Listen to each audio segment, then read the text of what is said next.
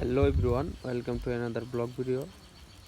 So আমার mobile এতটা একটু বেশি ভালো না, এই কারণে এডিটিং করতে পারি না, যেহেতু ভিডিও সুন্দর হয় না।